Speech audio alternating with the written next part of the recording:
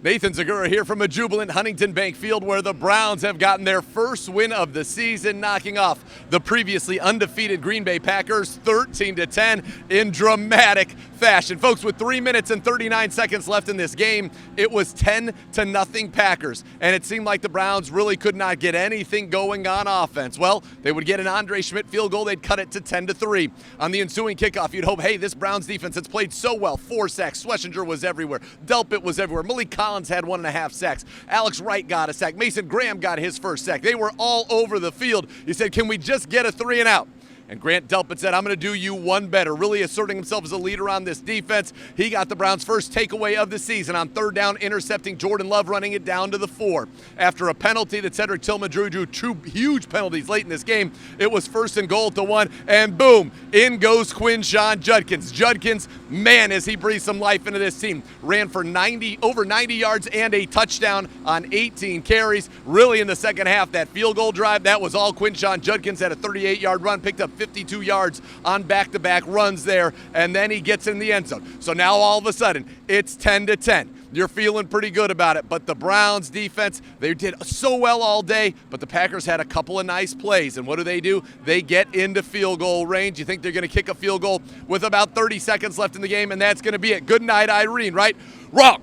Shelby Harris, a professional field goal blocker, for what I believe is the 6th time in his career, came up with a huge field goal block. It was a 40-something yarder for McManus. Shelby gets his big pop there. He blocks it. Browns recover. They get to near midfield, and then Joe Flacco hits a couple of quick passes. They get up there. They spike it. So what does that set up? Andre Schmidt, who in week 1 missed 2 kicks, and we all know how that game ended for the Browns. He comes out onto the field from 55 yards. LaFleur, the coach of the Green Bay Packers, tried to ice him. And what did Andre Schmidt do? He said, not today.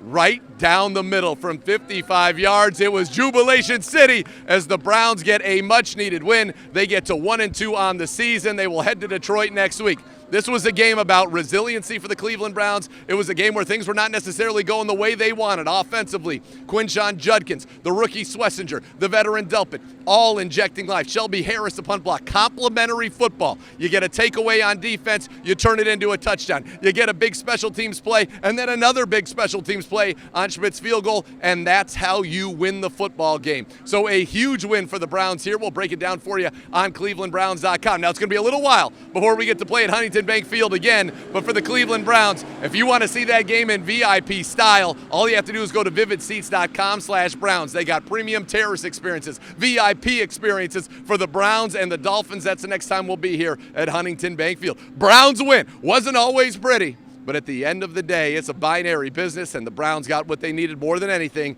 a big W, and they hope to carry that momentum into Detroit next week.